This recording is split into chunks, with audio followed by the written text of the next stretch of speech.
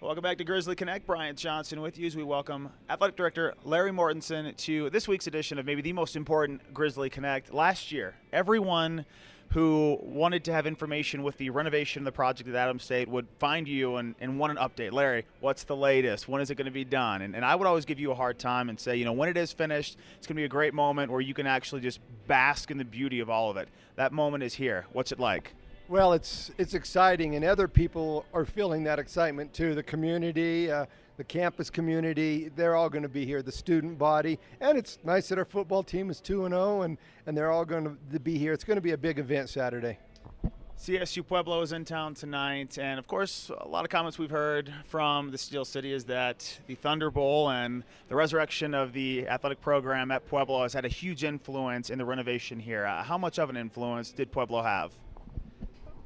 Well, in this, not a lot. You know, let's be honest. We didn't. We had some of these ideas actually before they got going. But the fact that one, they're going to add football. I did mention about 5 years ago, if CSU Pueblo adds football, that'll change the dynamics of even our enrollment. So we need to do some things. So it was a factor, but it's not like we copycatted. Well, you mentioned enrollment, and a lot of the enrollment-based athletic sports have had a huge influence. You're now approaching 700 student athletes.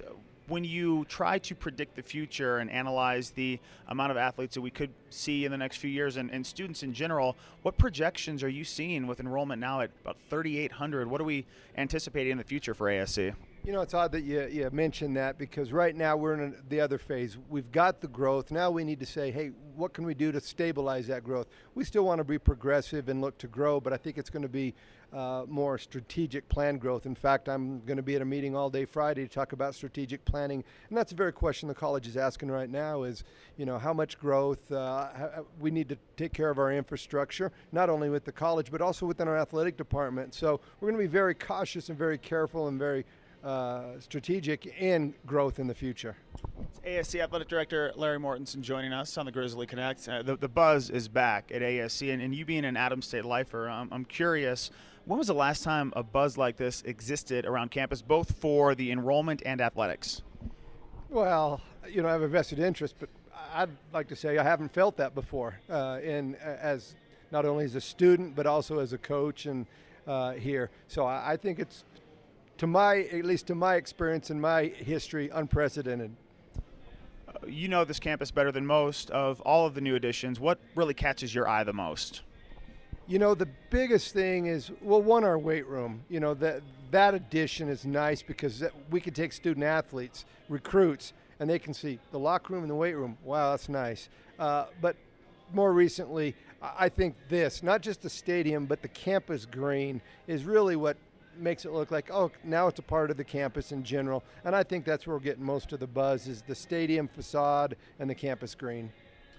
We've heard Coach Heaton discuss how success can be contagious. When he embraced Coach Lewis Wilson after Adams State defeated Metro State last year, he came up and gave him the biggest hug and said, we can't wait to have this support at Rec Stadium next year for football. You hear it from soccer, from lacrosse. Everybody wants to succeed at that level. Why do you think success has become contagious, and why everybody wants to have the same level of success we've seen in winter and spring sports? Well, everybody wants to be a part of that. The misery does love company, but success also breeds success. And as one program experiences that success, the other coaches want a part of that, work a little harder, recruit a little harder. And, I'm proud of our staff. We've got a great staff of coaches. I think that's the most important thing of my job, is to, one, hire good people, and then two, to work hard to give them the resources that they need and let them do their thing. And I'm proud of our coaches. Be it men's lacrosse, women's soccer, what program that's underrated do you think is poised for a breakthrough season? I don't know in particular. Sometimes that's hard to predict. I will say this. I think every one of our programs are going to improve from last year. It's just our programs are continuing to grow. Now the women's basketball have a hard time repeating that Sweet 16, and they lost a lot, but what Kelly has done in that program has made it solid. So they're going to be solid year in and year out. But, as far as which program, I don't know. Maybe cross country, they're due for a breakthrough year, I'm just kidding.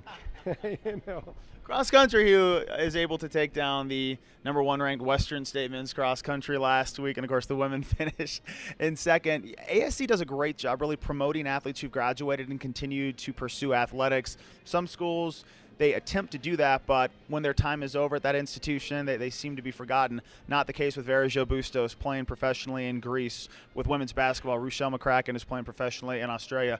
Cross country, be it Aaron Braun, ASC stays in touch with these athletes once they play at the next level. Is that part of the family atmosphere you sell to recruits when they're 16 and 17, and why is there such an invested interest in staying connected with these successful athletes?